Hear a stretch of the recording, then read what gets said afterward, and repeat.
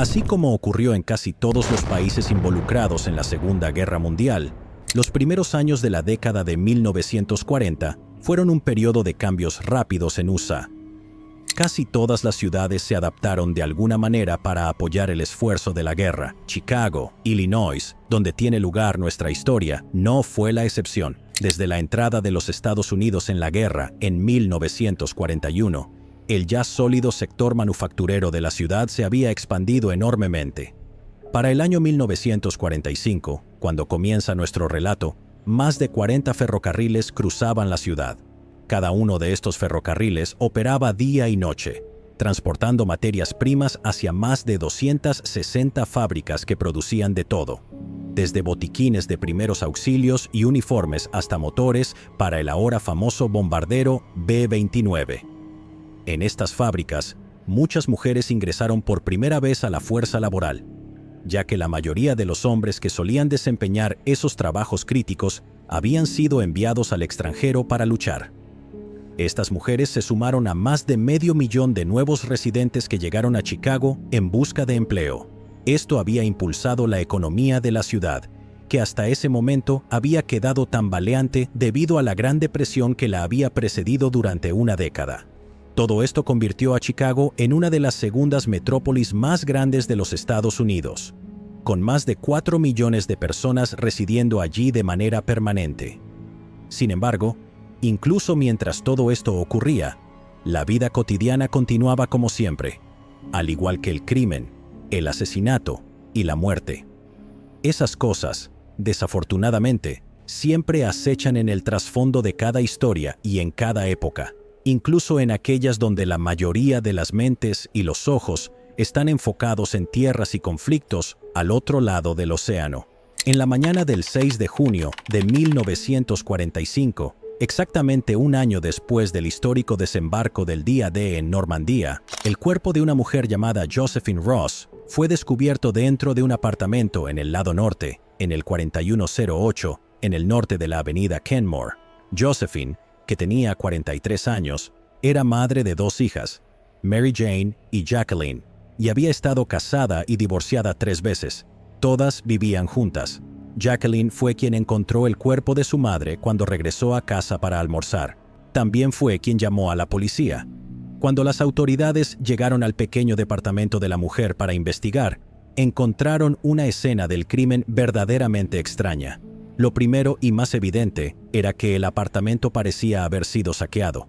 Los muebles estaban volcados, los cajones de la cómoda habían sido abiertos y revisados, y había documentos, periódicos y revistas esparcidos por toda la habitación sin ningún orden. Parecía como si alguien hubiera estado buscando algo desesperadamente, pero, curiosamente, no faltaba nada, excepto algo de cambio suelto. Dentro de la habitación, donde yacía el cuerpo de Josephine, las cosas se volvían aún más extrañas. Josephine estaba tendida sobre su cama empapada en sangre.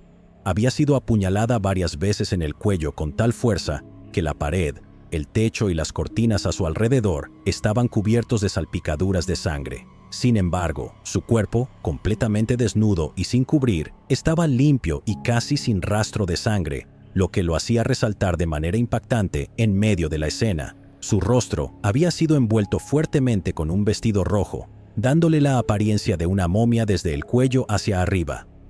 Al observar más de cerca, la policía se dio cuenta de que Josephine había sido bañada y que sus heridas habían sido vendadas después de su muerte. Los cortes en su cuello habían sido cerrados con cinta adhesiva. En el baño de Josephine, la policía notó que la tina estaba llena de agua ensangrentada y que había varias prendas cubiertas de sangre, todas pertenecientes a ella. Presumiblemente, este fue el lugar donde la habían bañado después de su muerte, pero antes de ser vendada. Con base en estas observaciones, la policía estimó que Josephine había sido atacada y asesinada dentro de su habitación, luego arrastrada hasta el baño para ser lavada, despojada de su ropa y posteriormente llevada de vuelta a la habitación para ser colocada en la cama. Sin embargo, no había sido agredida sexualmente. En la búsqueda de evidencia dentro del apartamento, la policía se encontró en gran parte con las manos vacías, ya que no se hallaron huellas dactilares ajenas. Su única pista posible eran algunos cabellos oscuros enredados en los dedos de Josephine, que probablemente pertenecían a su agresor. Sin embargo, esto tenía poca utilidad, ya que las pruebas de ADN no serían posibles hasta dentro de 40 años. Jacqueline, la hija de Josephine, fue la primera persona en ser interrogada, no solo porque había sido quien encontró el cuerpo de su madre, sino porque la escena del crimen era tan extraña que la policía creía que debía haber sido montada. Los investigadores sospechaban que Josephine había sido asesinada por alguien que conocía por razones personales, y que todo lo que había en el apartamento era un intento desesperado de encubrimiento para hacer que el crimen pareciera más complicado de lo que realmente era. Como se mencionó, lo único que faltaba era algo de cambio suelto. Ninguna de las joyas o pertenencias valiosas de Josephine había sido robada, a pesar de estar en un lugar muy visible. Jacqueline dijo a los detectives que ella y su hermana habían salido del apartamento para ir a trabajar esa mañana a las 9 en punto, y que su madre, quien estaba desempleada en ese momento, había decidido volver a la cama. El día anterior, Josephine había recibido una lectura psíquica que le dijo que su vida estaba a punto de mejorar drásticamente. Josephine estaba tan aliviada con la predicción que decidió tomarse el día libre para relajarse. Mary Jane corroboró la historia de Jacqueline, y ambas fueron descartadas como sospechosas después de pasar pruebas de polígrafo. Siguiendo la vieja regla de siempre es el esposo, la policía centró su atención en la vida amorosa de Josephine. Resultó que Josephine tenía una vida sentimental bastante activa. Además de sus 3 exesposos, tenía varios novios y un prometido llamado Oscar Nordmark. Todos los hombres fueron interrogados y más tarde descartados. Oscar era a quien la policía consideraba el principal sospechoso, pero su coartada era irrefutable. En cuanto a otros testigos, hubo 2, el conserje del edificio y otro residente. Ambos afirmaron haber visto a un hombre delgado, de cabello oscuro, vistiendo un suéter claro, huyendo del edificio alrededor de la hora del asesinato. Ninguno de los 2 había sido informado sobre los cabellos encontrados en las manos de Josephine, por lo que la policía creyó que ambos habían visto al asesino con sus propios ojos. Sin embargo, a largo plazo, su descripción no resultó de mucha utilidad. Desesperados, los investigadores intentaron vincular el crimen con otro asesinato extraño ocurrido 2 años antes. En aquel caso, una mujer llamada Estelle Carey había sido atada a una silla dentro de su apartamento, torturada y luego incendiada. Sin embargo, con el tiempo, la policía aceptó que estaban buscando conexiones donde no las había. No solo los crímenes eran completamente diferentes, sino que Estelle era la novia de un conocido mafioso de Chicago, Nick Dean, un asociado de Al Capone. Para entonces, estaba prácticamente confirmado que su muerte había sido un ajuste de cuentas de la mafia, ordenado como venganza por su cooperación con la policía. Josephine no tenía ninguna relación con la mafia, por lo que la conexión fue descartada. Tras 8 largas semanas de una investigación infructuosa, el caso se enfrió. Los detectives anunciaron que no habían hecho ningún progreso, pero que seguirían buscando respuestas. No tenían idea de que este asesinato sería el primero de 3 que se atribuirían a un hombre que los medios bautizarían como el asesino del pintalabios. Aproximadamente 6 meses después, el 11 de diciembre de 1944, cuando las temperaturas gélidas del invierno de Chicago habían convertido las calles en un infierno cubierto de nieve y hielo, la policía recibió un llamado a un apartamento en el 3941 en el norte de la avenida Pine Grove. Se había descubierto otro cuerpo. Este apartamento estaba ubicado a menos de 2 calles de donde vivía Josephine. Sin embargo, en esta ocasión, la víctima era Frances Brown, una trabajadora de fábrica de 33 años y extelegrafista de la división Waves de la Marina de los Estados Unidos.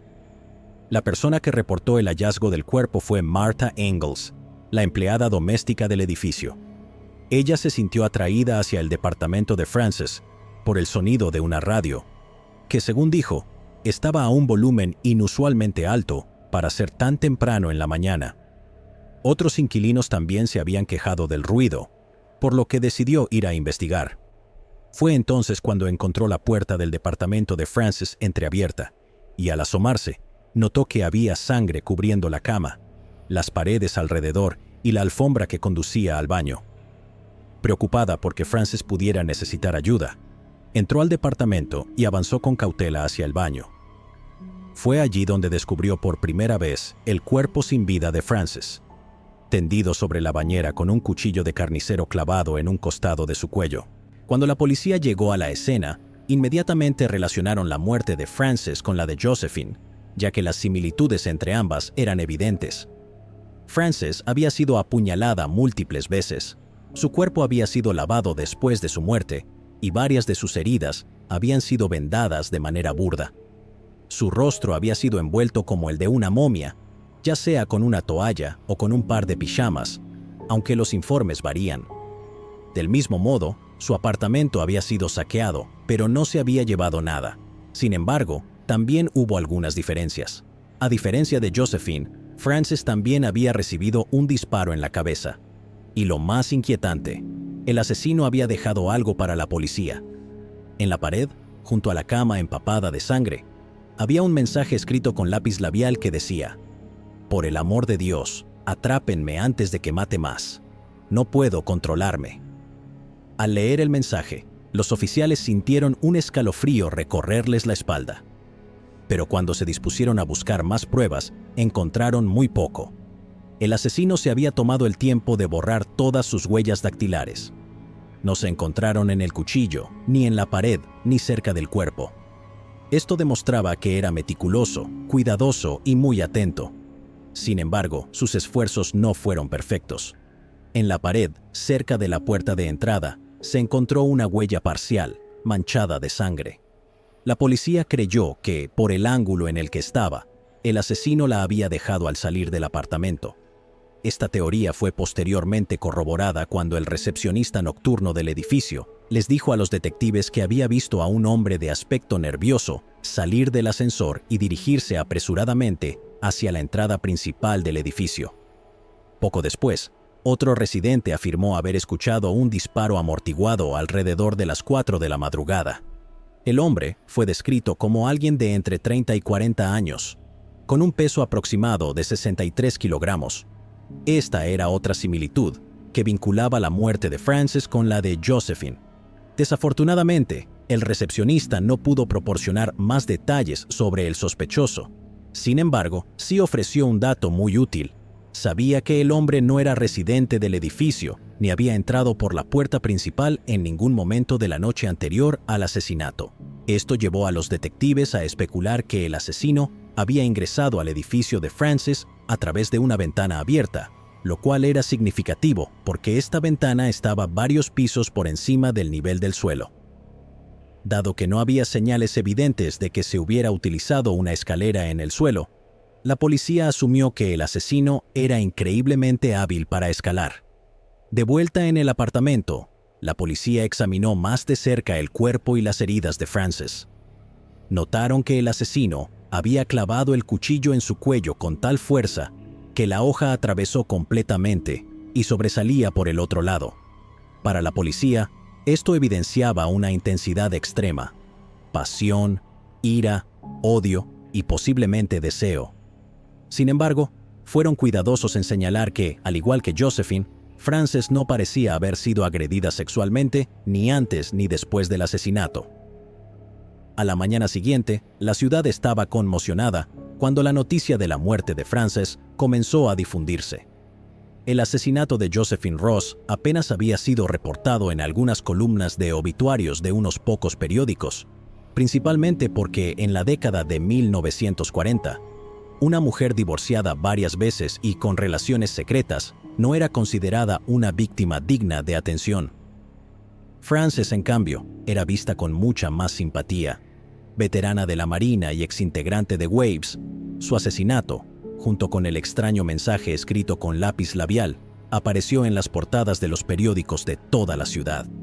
Para vender más ejemplares, la prensa empezó a apodar al asesino con nombres como el Destripador de Chicago y el Asesino del Pintalabios. siendo este último el que de veras perduraría. Presionada por los medios, la policía de Chicago convirtió la investigación del asesinato de Frances en su máxima prioridad. Asignaron a varios detectives veteranos al caso, quienes comenzaron a interrogar a cualquiera que pudiera haber estado en la zona en el momento del crimen. Pusieron especial atención en conocidos delincuentes sexuales, abusadores con antecedentes de violencia doméstica y los borrachos, llevando a casi 70 personas para ser interrogadas en los primeros días. Sin embargo, sus esfuerzos, una vez más, no dieron resultados concretos. Quienquiera que fuera este asesino de mujeres, era lo suficientemente astuto como para mantenerse oculto, no llamar la atención de la policía y no matar de nuevo mientras la presión era alta. Más tarde, tras agotar casi todas las pistas, las autoridades cambiaron de rumbo y realizaron un anuncio inesperado. A pesar de la descripción proporcionada por múltiples testigos, anunciaron que el asesino probablemente era una mujer. Esta conclusión se basó en varios puntos clave. Primero, el asesino de Frances había elegido usar lápiz labial para escribir su mensaje, a pesar de que en el departamento había varios otros instrumentos con los que pudo haber escrito. Segundo, la frase «por el amor de Dios», con la que comenzaba el mensaje, era considerada una expresión muy femenina. Y, por último, aunque Frances era descrita como una mujer atractiva, no había sido agredida sexualmente, lo que la policía interpretó como una señal de que su asesino debía ser una mujer. Su razonamiento era que ningún hombre lo suficientemente depravado como para cometer un asesinato tan brutal habría resistido la oportunidad de agredir a la víctima. La policía estaba cada vez más desesperada.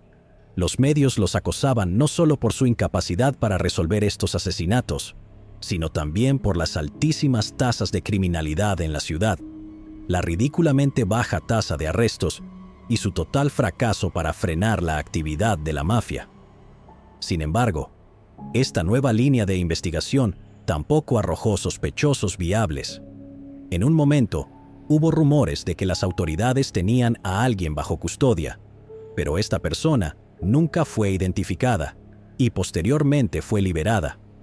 Los detalles sobre ella o bien se perdieron con el tiempo o nunca fueron revelados al público. Por el momento, la policía y la prensa solo podían esperar y confiar en que alguien con más información se presentara. Sin embargo, mientras esperaban, otro crimen sacudiría a la ciudad hasta sus cimientos. Días después del inicio del nuevo año, la pequeña Suzanne Degnan, de 6 años, fue secuestrada. Para cuando el año 1945 llegaba a su fin, el ánimo en Chicago estaba en alza. La guerra había terminado oficialmente en septiembre, y para Navidad, aproximadamente 1 millón de soldados estadounidenses habían sido dados de baja y comenzaban a regresar a casa. De ese millón, miles regresaron con sus familias en Chicago. Y había aún más buenas noticias. Antes de que terminara el año, el gobierno de los Estados Unidos anunció que todas las tropas elegibles para la desmovilización estarían de regreso en casa a más tardar en febrero de 1946. Por primera vez desde el inicio de la Gran Depresión, las calles de Chicago estaban llenas de actividad y celebración. El nuevo año parecía traer consigo una renovada esperanza. Pero para una familia, esa esperanza se rompería de la manera más atroz imaginable. En la noche del 6 de enero de 1946, aproximadamente un mes después del asesinato de Frances Brown, James Degnan arropó a su hija en la cama y le dio un beso de buenas noches, confiando, como lo haría cualquier padre, en que a la mañana siguiente la encontraría sana y salva. Sin embargo, cuando James y su esposa Helen regresaron al amanecer para despertar a Suzanne para la escuela, encontraron su cama vacía. Al otro lado de la habitación, la ventana estaba abierta. De inmediato, James y Helen comenzaron a buscar dentro de la casa. Revisaron en los armarios, debajo de los muebles, llamando a Suzanne, pero no recibieron respuesta. Luego contactaron a sus vecinos del piso de arriba, los Flynn, preguntando si la niña había subido allí por alguna razón, pero les dijeron que no. Entonces, llamaron a la policía. En cuestión de minutos, oficiales de la policía de Chicago llegaron a la casa y no tardaron en hacer un descubrimiento inquietante. En el suelo, junto a la cama de Susan, lo que al principio parecía un pañuelo arrugado, resultó ser una nota de rescate escrita apresuradamente. Decía: consigan $20,000 y esperen instrucciones. No avisen al FBI ni a la policía. Billetes en denominaciones de 5 y 10. Quemen esta nota por su seguridad. James y Helen apenas podían mantenerse en pie mientras toda esperanza de una explicación inocente desaparecía. Entraron en pánico al darse cuenta de que, en su prisa por encontrar a Susan, no habían notado la nota y, sin darse cuenta, habían desobedecido las órdenes del secuestrador. Conscientes de la gravedad de la situación, policías de toda la ciudad comenzaron a congregarse en grandes cantidades frente a la casa de los Degnan. Los agentes llegaron en patrullas llenas con hasta 6 oficiales de distintos distritos para ofrecer su ayuda. Caminaron por las frías y heladas calles del vecindario, yendo de puerta en puerta con la esperanza de que alguien hubiera notado algo sospechoso la noche anterior. Mientras tanto, los detectives continuaron registrando la casa de arriba a abajo. Susan había sido llevada al baño alrededor de la medianoche antes de que James la acostara. Luego, él y Helen se fueron a su habitación alrededor de las 12:30 de la madrugada y no salieron hasta la mañana siguiente. Helen mencionó que en algún momento de la noche creyó escuchar a alguien moviéndose, pero asumió que Susan se había levantado para ir al baño. Por su parte, Mary Flynn y su esposo, cuyos dormitorios estaban justo encima del de Susan, afirmaron haber escuchado ruidos y voces provenientes de abajo alrededor de las 12:50. En ese mismo momento, escucharon a sus perros ladrando afuera. Al principio intentaron ignorarlos, pero, temiendo que despertaran a los Degnan, bajaron para hacerlos callar poco después de la 1 de la madrugada. Durante ese tiempo, dijeron no haber notado nada extraño dentro ni fuera de la casa. Dentro de la habitación de Susan, aparte de la nota de rescate, se encontró poca evidencia, pero afuera, los detectives notaron una vieja escalera apoyada en el suelo, cerca del garaje de la casa. No estaba justo debajo de la ventana de Susan, pero cuando la levantaron, tenía la altura suficiente para que un hombre de estatura promedio alcanzara el alféizar y pudiera trepar hacia adentro. Como los Flynn no recordaban si la escalera había estado en esa posición la noche anterior, la policía no pudo confirmar con certeza que el secuestrador la hubiera usado para entrar. Sin embargo, la consideraron el punto de acceso más probable. Cuando los intentos de interrogar a otros vecinos tampoco llevaron a ninguna pista concreta, los agentes se dispersaron para recorrer los callejones traseros del vecindario. Mientras lo hacían, el teléfono fijo de los Degnan sonó varias veces. James, Helen y la policía asumieron que la persona que llamaba era el secuestrador de Susan, intentando dar más instrucciones como había prometido. Sin embargo, no podían estar seguros, porque la línea se desconectaba inmediatamente después de que alguien contestaba. El desconocido o bien estaba perdiendo el valor antes de hablar, o simplemente se estaba burlando de ellos. La policía no podía determinar cuál de las dos era la respuesta. Mientras esperaban que el secuestrador llamara nuevamente, tanto los oficiales como los Degnan solo podían sentarse, esperar y confiar en que los agentes que recorrían el vecindario encontraran algo. También esperaban que el secuestrador pudiera soltar a Susan por su cuenta, al darse cuenta de en qué clase de problema se había metido. Pero cuanto más tiempo pasaba, menos probable parecía esa posibilidad. A decir verdad, toda esperanza se desvanecería cuando se recibió otra llamada en la central de la policía de Chicago, empujando la investigación en una dirección mucho más siniestra. En esta llamada, un hombre anónimo sugirió ominosamente que la policía debía comenzar a buscar en las alcantarillas cerca de la casa de los Degnan. El hombre no dejó su nombre y la llamada no pudo ser rastreada. Como ya eran casi las 7 de la noche y el sol de invierno se estaba poniendo rápidamente, los oficiales se dividieron en equipos y recorrieron a pie los callejones una vez más. No tardaron en notar que la tapa de una alcantarilla había sido removida recientemente. Al acercarse, 2 oficiales levantaron la pesada cubierta de acero mientras otro iluminaba con su linterna el interior del desagüe. Y entonces, entre el lodo y la suciedad, vieron brillar el cabello rubio de Suzanne. Moviendo el haz de luz más abajo, pudieron ver su rostro. Pero no había nada más. Solo era su cabeza. Lamentablemente, a pesar de lo que la nota de rescate había dicho, no se trataba de un secuestro. Suzanne había estado muerta todo el tiempo, mucho antes de que sus padres despertaran y la encontraran desaparecida. En los días siguientes, su torso y sus piernas amputadas fueron descubiertos en 2 alcantarillas cercanas. Sin embargo, la policía no encontró sus brazos de inmediato. Estos no serían hallados hasta varias semanas después, cuando para entonces el resto del cuerpo de Suzanne ya había sido enterrado. Si creían que la respuesta policial al secuestro de Suzanne había sido enorme, prepárense, porque aún no has visto nada. Una vez que se confirmó que la niña de cabello rubio, que todos buscaban, había sido asesinada de una forma tan brutal, las autoridades supieron que su nombre y su foto aparecerían en las portadas de los periódicos a más tardar a la mañana siguiente. Desesperados por demostrar que no estaban simplemente de brazos cruzados, sabían que necesitaban encontrar algo, cualquier cosa, para avanzar en el caso. Hasta ese momento, solo tenían algunos informes de sospechosos en la noche, una nota de rescate y muchas especulaciones. Así que cientos de oficiales se desplegaron en la zona para participar en lo que se convertiría en una de las mayores búsquedas de la historia de Chicago. No tenían idea de a quién estaban buscando, pero sabían que alguien en algún lugar debía haber visto o escuchado algo. Afortunadamente, no pasaría mucho tiempo antes de que lograran identificar a varios sospechosos potenciales. Sin embargo, antes de hablar de ellos, es importante analizar qué sabía la policía, qué no sabía y qué sospechaba con firmeza.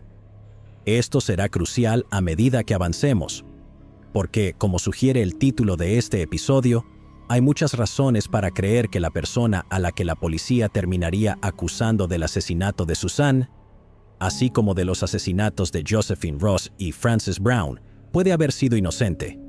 Les daremos los hechos para que puedan decidir por ustedes mismos. Ahora, comencemos con lo que se descubrió la noche del 7 de enero, en el sótano de un edificio cercano a la alcantarilla, donde los oficiales encontraron la cabeza de Suzanne. La policía tropezó con una habitación que los medios pronto llamarían la habitación del asesinato. Ese nombre fue elegido por motivos que explicaremos en un momento, pero primero hablemos de lo que se encontró en esta habitación. A primera vista, el sótano parecía normal, pero dentro de un lavabo en el centro de la habitación, la policía recuperó varios pedazos pequeños de carne humana.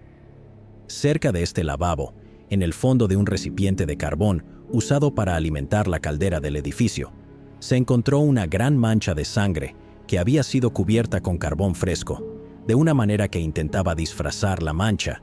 La mancha parecía relativamente fresca, y la policía pronto concluyó que estaban exactamente en el lugar donde Suzanne había sido desmembrada menos de 24 horas antes. Sin embargo, fueron cautelosos al declarar que el asesinato ocurrió allí, ya que no querían descartar la posibilidad de que existiera una tercera ubicación no descubierta cerca. En la habitación no había herramientas, espadas ni cuchillos.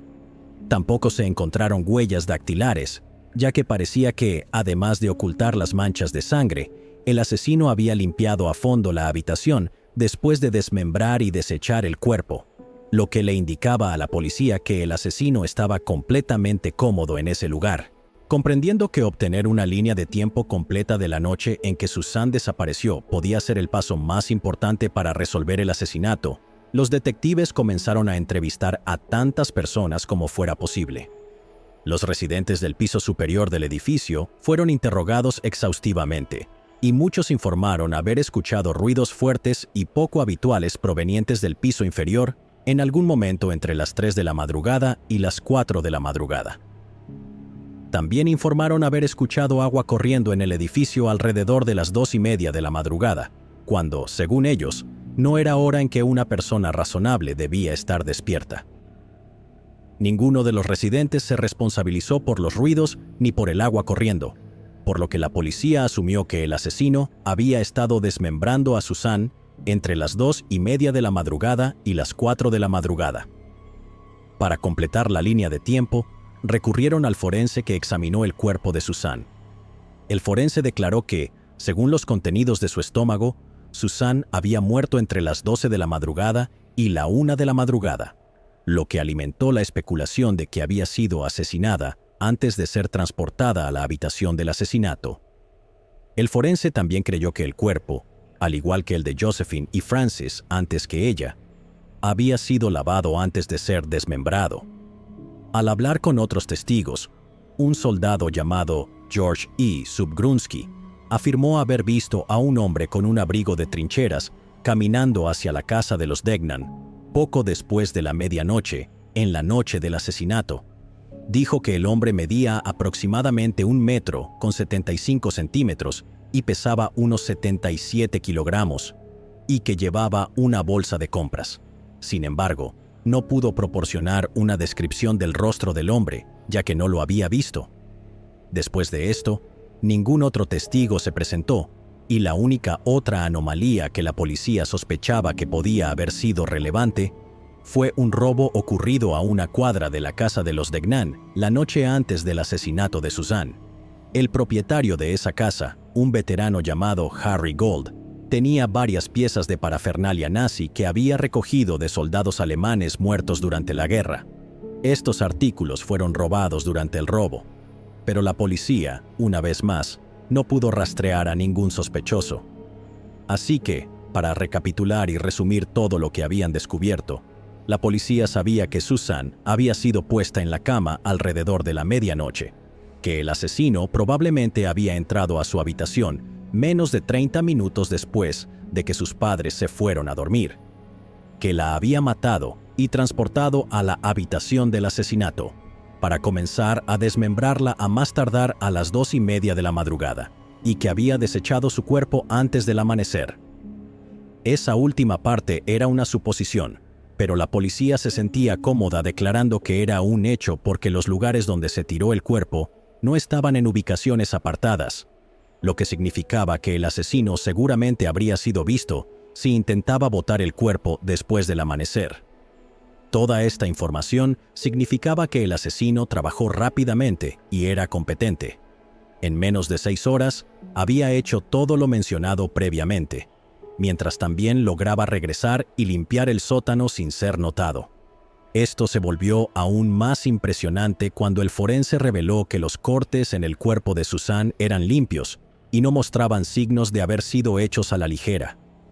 Hasta ese momento, la policía ya estaba considerando la posibilidad de que el asesino fuera un cirujano o algo por el estilo, pero el forense derribó esta teoría cuando declaró que el asesino era o un hombre que había trabajado en una profesión que requería el estudio de la anatomía, o alguien con experiencia en disección.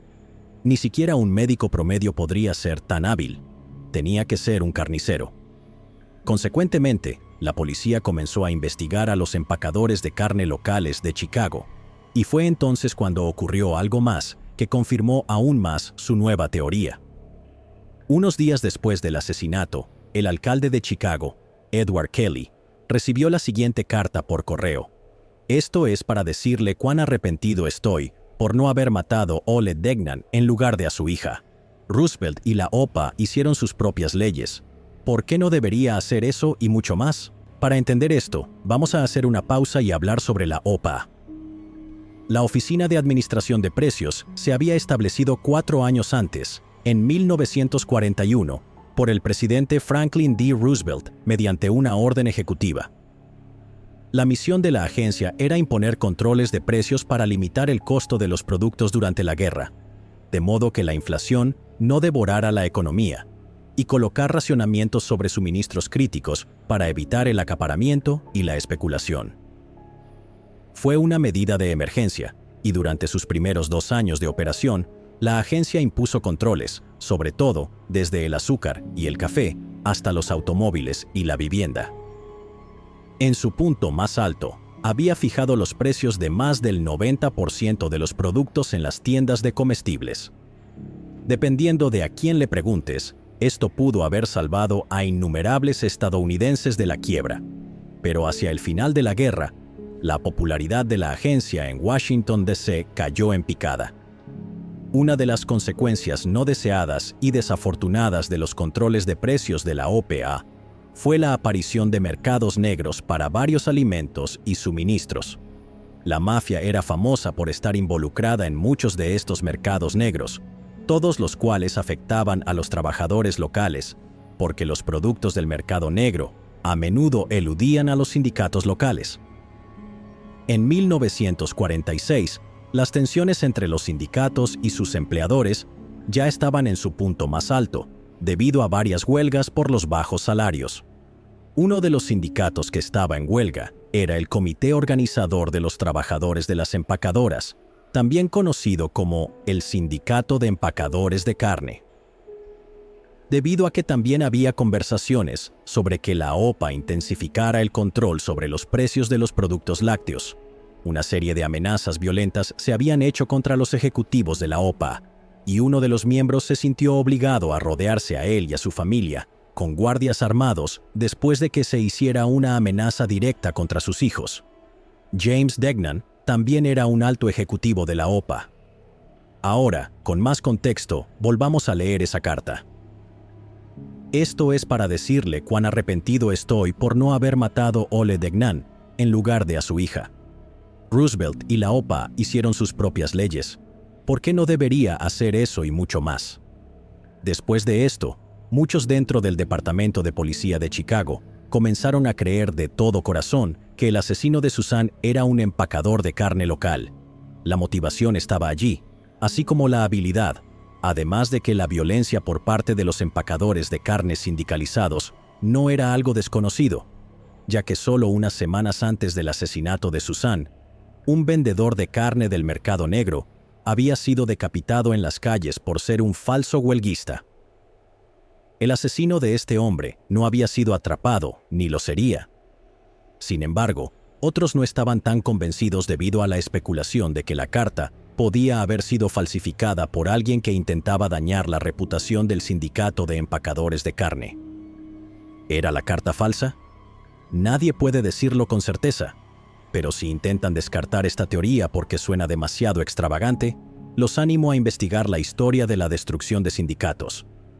No les tomará mucho tiempo y encontrarán innumerables ejemplos de empresas millonarias que contrataban figuras sospechosas para pintar a los miembros del sindicato como comunistas inmorales que buscaban socavar el estilo de vida americano. De cualquier manera, como pueden ver, este fue un momento muy confuso para todos los involucrados en la investigación, y aún después de todo lo que la policía había descubierto, la única evidencia tangible real que habían encontrado era la nota del secuestro. Pero esa nota trajo consigo muchas más preguntas que respuestas. ¿La había escrito el asesino antes de llegar o fue una decisión de último minuto mientras estaba en la habitación con Susan? ¿El secuestro fue una farsa desde el principio o el asesino realmente había tenido la intención de mantenerla con vida y algo salió mal? Si fue así, ¿cómo estaba tan bien preparado para desmembrarla y desechar su cuerpo? ¿Había hecho esto antes? Si fue así, ¿por qué había ido tan lejos para ocultar su cuerpo si planeaba llevar a la policía a sus restos de todos modos? ¿Ese siempre fue el plan o sintió remordimientos por sus acciones después de haberlo hecho? Además, la policía no podía decir con certeza dónde había sido asesinada Susan ni cómo había entrado el asesino en la casa de los Degnan. La ventana de Susan no mostraba señales de haber sido forzada, y la teoría de la escalera no era tan convincente en retrospectiva. Si el asesino había usado la escalera junto al garaje para llegar al alféizar de la ventana, ¿por qué se tomó el tiempo de bajarla y colocarla de nuevo en su lugar, junto al garaje? ¿Estaba Susan viva mientras él hacía esto? Si es así, ¿cómo logró mantener el control sobre ella mientras concentraba su atención en la escalera? Para la policía, nada de este caso tenía sentido lógico, y la brutalidad innecesaria del mismo era desconcertante. Sin embargo, el público y los medios de comunicación no dejaron de exigir justicia. El 24 de enero, 2 semanas después del asesinato de Susan, 400 personas se reunieron frente a una escuela primaria local para protestar por la falta de avances de la policía. La cobertura mediática de este evento fue brutal, al igual que la cobertura durante los siguientes 3 meses, durante los cuales se publicaron 60 artículos diferentes solo por el Chicago Tribune. De estos, al menos 8 destacaron a Susan en la portada. Se negaron a dejar que la historia se desvaneciera en el fondo de la conciencia pública, y algunos han argumentado que esta presión fue lo que llevó a la policía a cometer tantos errores a lo largo del camino. Hasta este punto, podrían estar pensando que la policía ha estado haciendo un excelente trabajo con la investigación en general, y no los culparíamos por eso, considerando la información que les hemos proporcionado. En papel, la investigación parece increíblemente minuciosa. Para citar